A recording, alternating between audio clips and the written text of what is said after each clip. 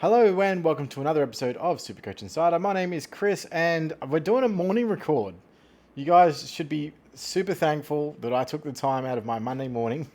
I actually did 5 a.m. gym this morning. Came back. My lovely fiance meal prep for us for the week, so we're still on the challenge. And she did that this morning when we got home. And now we're getting ready for work, but I've got a bit of time, so I thought I'd just jump on and do a quick record now because it is my stepdaughter's birthday. So we will be celebrating that this evening. Now, if you do hear a little bit of baby language and baby talk, that's because my little one is just in his bouncer over here. So if there's a little bit of excess noise, I do apologize in advance. However, I wanted to get this out to you as quickly as possible, and I wouldn't have been able to do that for a few days. So I just wanted to make sure that I could do it for the people. All right, cool. So this week had a pretty good week. So another reason why you'll see me early. 2,495, which ended up being a pretty good score. I think anything around that 2,500 mark was a great score. So weekly rank was 664, which propelled me into the season rank of 662. So made up the points that I lost last week, and then came in even more than I was actually last week, into 662. So pretty happy with the week overall. And the trades, so I'll go through them. So I ended up trading Clayton Oliver, of course, and I brought in Sicily, so that was the big one. Now, if you did watch my last pod, you would have said that I would have VC Sicily, and that made 100% sense until 5 minutes before the Carlton Sydney game, where I got cold feet and I didn't want to not be on Errol Goulden, and so I VC'd him instead. So yeah, bad for me. I should have just trusted my gut and gone with Sicily. With the Goulden, I ended up going and captaining Bont because I was going to captain. Actually, all of this is, I suppose, consequential, right? So my initial plan was I was going to captain Merritt and VC Goulden. Actually, no, VC Sicily and then captain Goulden, captain Merritt. Then I was like, okay, well, realistically, without the tag from O'Neill, I think Zerritt can go quite large. I'm thinking, 150-ish. So I think that's probably where I want to be in terms of my C. So I was like, okay, well, I think, what do I think Sicily can do? I think he's probably 120, 130 this week. In that sort of situation, I don't really want to be stuck holding a VC that I'm going to have to take when I think Merritt might do more.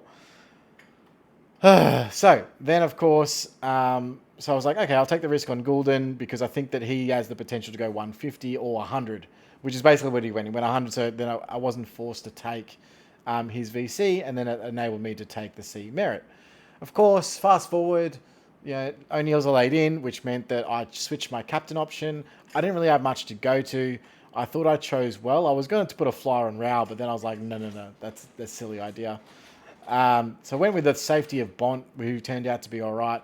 The other one that I was contemplating was Dunkley, so he was obviously a better choice, which would have been a little bit nicer, but an extra 22 points there. I would never have gone with Taranto. I was contemplating Rosie, so 111. So I think that it was kind of the best of a bad situation. I ended up taking the Bont score, which was 124. Well, not too bad. Sicily would have been great, but if I'd known that they were going to tag, if I known that O'Neill was going to be an in, I would have taken Sicily. Hey, buddy. I would have VC'd Sicily instead of VCing Goulden, but obviously, hindsight's 2020. It is what it is. Anyway, so we move on. So obviously Sicily was great, but he looks like he's going to miss a week. Unfortunately, I don't think there's any way he can get off that. They might challenge it. Only way that they can get off it really is if they go and say it was negligent contact or whatever, or like negligible contact, because there was not much damage, but it looked like he probably gets a week, to be completely honest.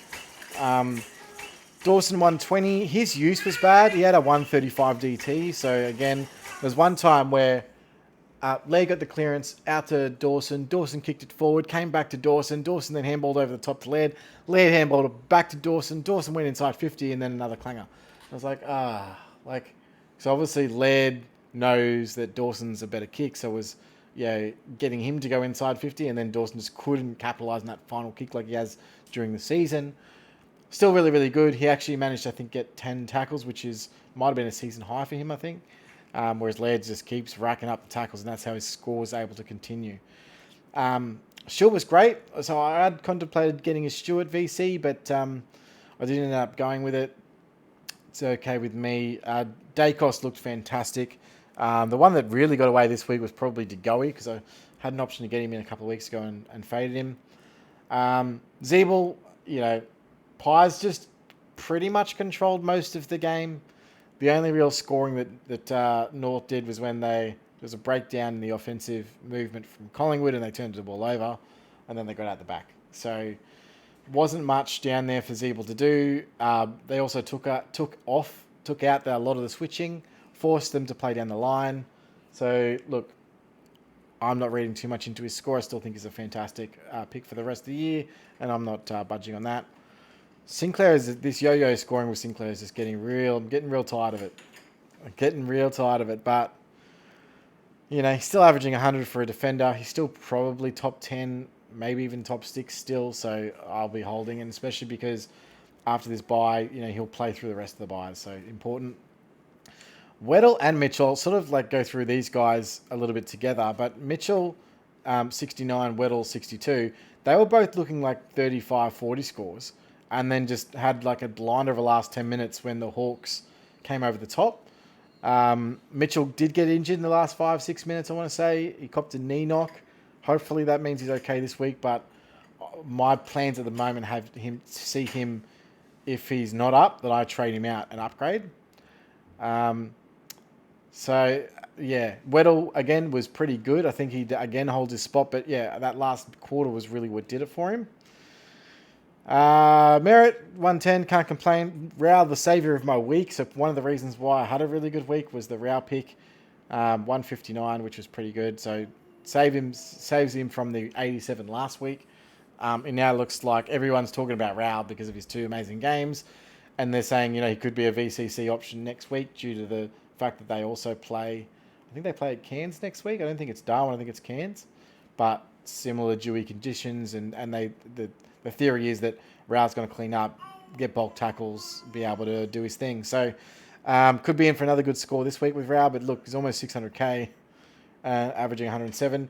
So since, great thing about Rao, since Tuke went out, he's averaging 121. So he's the biggest beneficiary. Obviously, those 2 big spike scores help in there. But, Tuke went down in this North game, which was a 124. I think he was injured just after halftime. And then he had a 108, 85, 165, 87, 159. So really big scores coming through.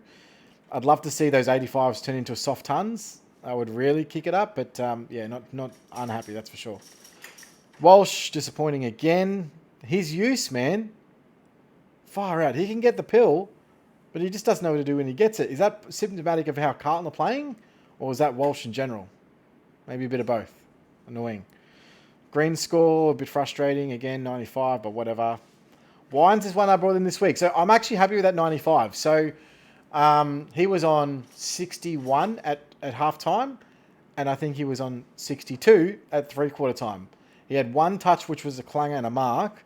So then, long clanger, which was a negative and a mark, and a smother.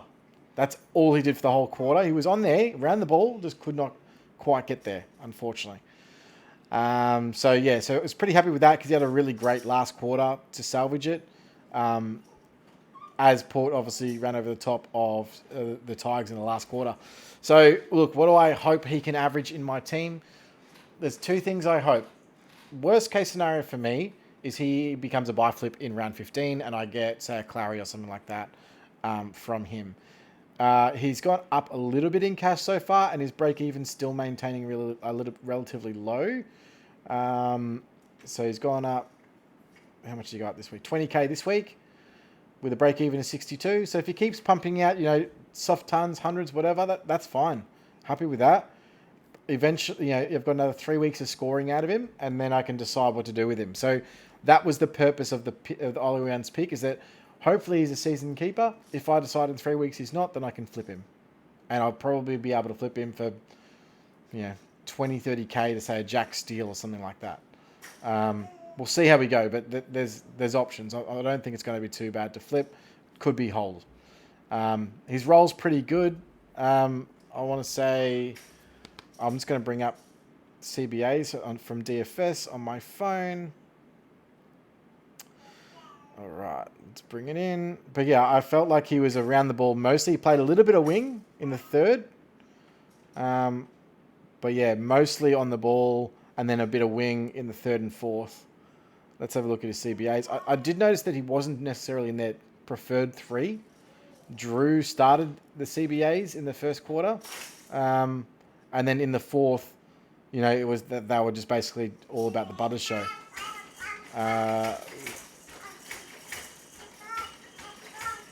So, CBAs, here we go. And Port. He's up, buddy. All right, so Rosie led the game with 78%. Horn Francis 57. Ollie Wines 52. So slight decrease on last 2 weeks, but still relatively good scoring considering that. Butters went up to 70%, so he's had a bit of an increase. And Drew basically held firm. And that's without Boak.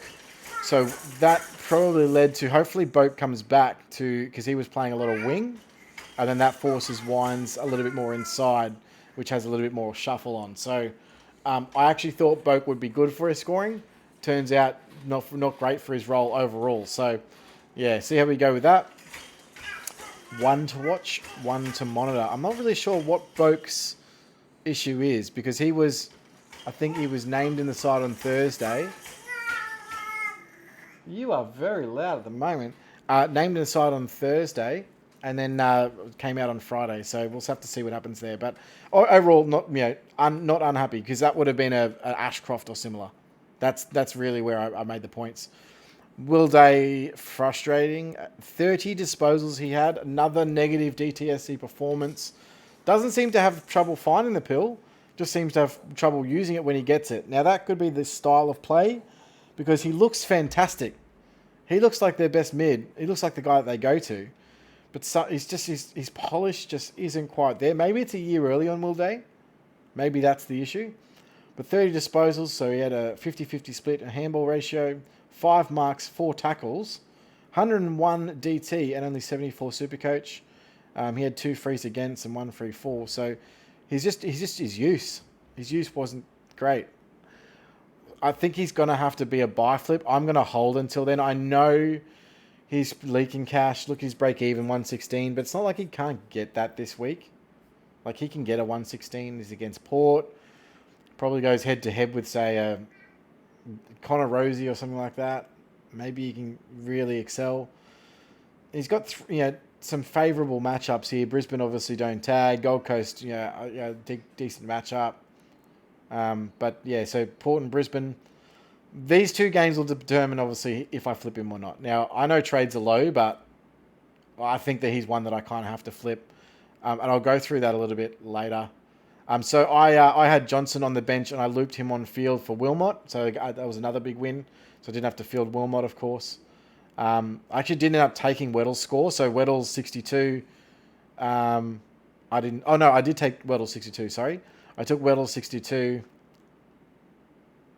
No, I didn't. Sorry. Weddle 62 is off. I actually managed to see Johnson's score beforehand. So I managed to move Wilmot off and flick around my team to have Harry Sharp as the loophole player. And Mitchell, I straight fielded. That's what I did. Gore 98, again, frustrating. He was the leading scorer in the game for quite a lot of that game. And then just in the last, just didn't really quite get it, which is really annoying. But that could have been a 120. And just never really took advantage of a situation. But yeah, in a week where no rucks really scored well, that was not too bad. Dunkley and Taranto obviously were very good. Goulden, we've already discussed. Rosie, really, he pushed for that score. Started really slow and then worked his way into it. Sheasel with this mid-forward role, another candidate to flip. So I've got 5 guys that arguably shouldn't be in my final team. So you're looking at Sheasel, you're looking at Gawn, you're looking at Day, you're looking at Wines, and you're looking at Rowell, who potentially might not be there depending on, I might just have to hold Rowell because when 2 comes back, it's going to be like round 19. Do I flip him then or whatever? Just maybe hold him at M8. But with only 11 trades left, it's not looking great. However, obviously I do have right now 20 premiums, so it's kind of like 20 premiums. Handling it the right way, coming out of the buys with say 5 trades or 4 trades or whatever it might be, it seems like what's going to happen. And full premium, but yeah, 4 trades I don't think is going to be enough, especially the way that everything's happening.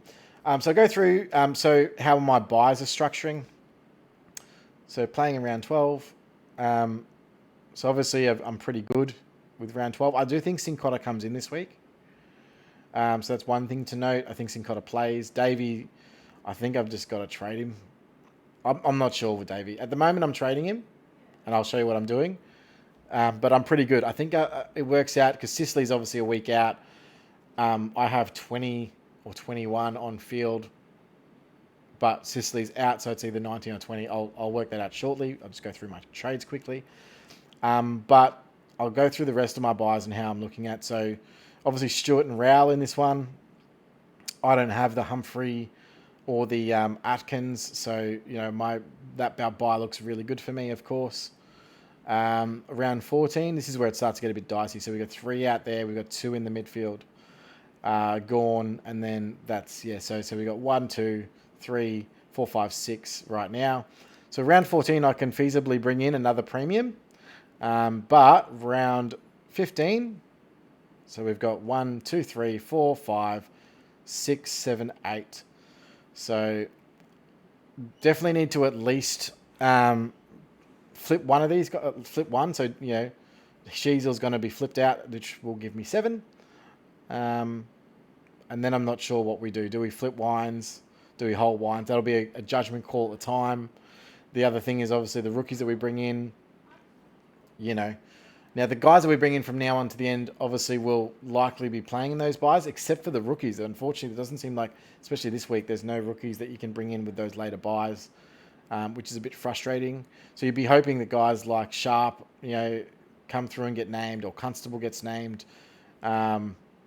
Roberts has a chance at the back end of the buy, though. I think it's really unlikely. Anyway, so moving on to the next one. All right, so look, we'll go through trades. So forward has to come in. Wilmot has to go out. So that's the first trade. All right. So if I take Wilmot out and bring forward in, we'll work through it. Now, I've contemplated a few things. Now, if Mitchell is injured, he has to go because I'm not going to need him in round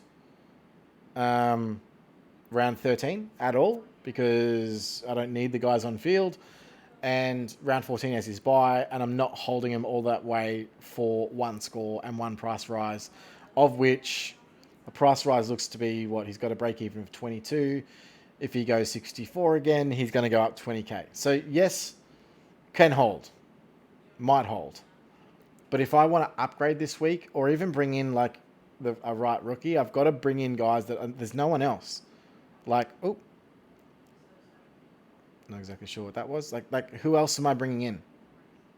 Like I actually don't know who else it could be. So, or who else I could trade out. Sorry. So unless I'm trying to flip someone, so maybe I trade out a day. But then I go back in premiums. This is about upgrading. I want to keep my upgrade cadence going, or I want to generate cash to upgrade, not go back to go forward, if that makes sense. So I think at the moment I'm probably trading Mitchell, keeping Weddle because he's got a bit more cash to make. Weddle's got a lower break even, especially with that 116 still his cycle. So at least 1 more week of cash gen out of Weddle. And then I thought about trading Cincotta. But I think he plays this week. Lots of injuries over at Carlton. Probably gets a gig. If he doesn't, then I'm happy to trade him as well. But I think he does. So I'm probably going to take the cash from Davey and just run with it. I know that it's nothing. He's made, 60k, whatever. It is what it is. And now I need to flick around my side a little bit. So there's a couple of options here. So I could bring in Briggs into this spot here and move Madden forward. And then Briggs can cover this week. But then this is the only week that he's able to play. So in round 13, obviously I have both of these guys. Round 14, he does cover for round 14 because I've got Gorn. And then, so he covers for round 12 and round 14, but round 15, he obviously has the bye and you've got to trade him out. Not a terrible idea. So that's one idea that I'm running through. I actually wouldn't mind it if I had like a Darcy. I'd probably be going this direction. But I also don't... I can't make an upgrade if I go Briggs. And that's the problem. So I'll show you what that would look like. So if I was to go Briggs... There we go. Briggs. He comes in here. And then the other one's obviously Ford. And now, because Gorn missed on DPP, which kills me, I have a couple of issues. So I can either bring in now 416k, like, who am I going to bring for 416k? It's not possible, right? Like, so let's say I go, instead of that, I go out Davey in Chincotta, gain, what, 30k? Is that 30, 40k or whatever? What's 456 going to get me? Not much more, right? None of that is good. I don't like any of it. I think maybe Redmond is around that price. Maybe a bit of Ridley. Let's have a look at those guys. I don't think there's anyone that I'd be interested in. That's the problem. Redmond, 520. He definitely went up 50k this week. Ridley. Jordan Ridley, I could... Oh, no, I can't even get him for here. Bailey Dale went up 35k. So all the guys that you'd be looking at, can't do it. Can't get him in, unfortunately. With this setup. Again, you could trade Chincotta, but I think that he's going to be cash positive and play this week. So, yeah, no, not going to do that. So... it kind of restricts me. Again, I could still do it if I only wanted to make 2 trades, bank cash, and go, say, Mitchell and Davey. So Mitchell and Wilmot out, Briggs and Ford in, bank 236,000. You know, that's an option. I have looked at that. That is an option. But I'm a winner, and I want to go for the win. Nah, that's not it. Look, at the end of the day, Davey probably needs to be traded at some point. His break-even's 56. He's leaking cash. He probably isn't going to play. If he does, he's going to go down in cash again. He's just a warm body at this point, and he's just not really worth me keeping. So I'm going to do it. Now, obviously, Wardlaw's the other one. The thing with Wardlaw that I like is that you're not really bringing him in to flip. Ford, you're bringing in to flip. You're bringing in Ford so that in 3 weeks' time, you've taken the cash with him and run because he's got such a great break even. He probably is going to be a 250k, maybe 260k or whatever in 3 weeks. Like make 150k pretty quickly. So that's the difference with, say, a Ford. With a Wardlaw, with the way that he played this week, it's going to really impact his break even for the next couple of weeks. However, I think he's got great job security. I think he's a guy that they obviously want to get games into. And I think that he's going to be an M9, M10 keeper for the rest of the season. So he's going to be a rookie that will get games on your field when someone gets injured or a 1 week, whatever. I'd be happy to run a Wardlaw in that spot. And that's the difference between the two. Whereas Briggs is a short-term play. He's not going to be a season keeper. Yes, he's going to make some decent cash, but you're going to have to flip him out. Wardlaw, I'm looking at bringing in and not flipping him out. I'm looking at keeping him for the rest of the season. Big difference. Now, I can do that because I already have 20 premiums and this week will be 21. So I only need technically one more upgrade or one more lot of cash. And I've got that. So looking at my rookies, Johnson looks like he will make another 50k or so at least. Weddle I've got there as well. Chincotta, if he gets named, will make some money.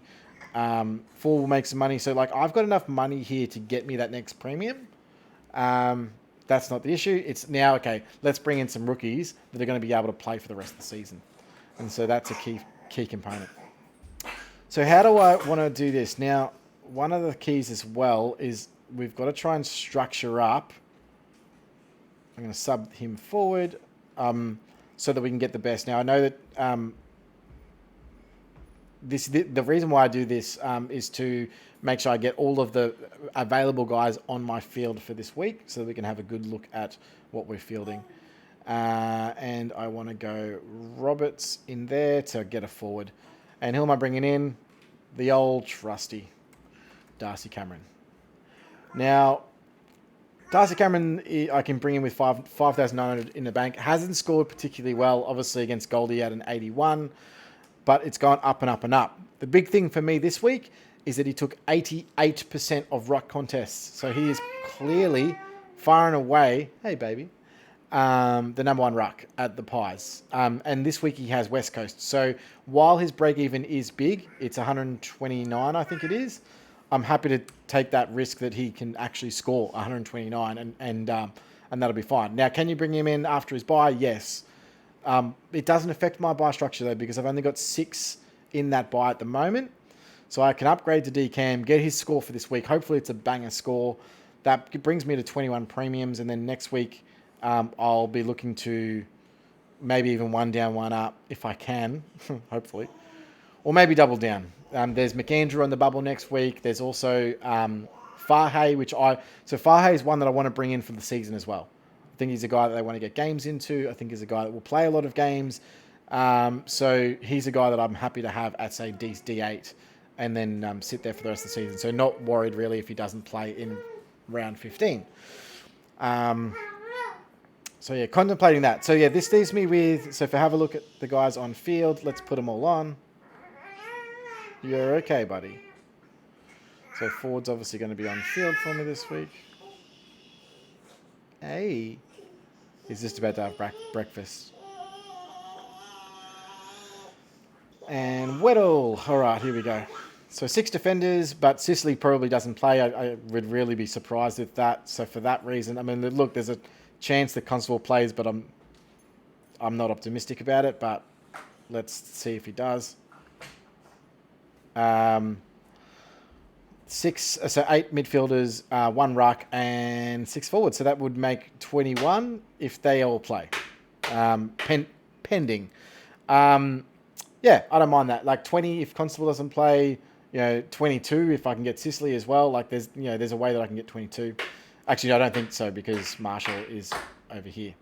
So that puts me in a good stead. In terms of VC and C, I have had a look at this. Gawn is definitely out for me. Pitney's been very defensive. I wouldn't mind, Sicily against Port wouldn't be too bad if he was actually there, but no.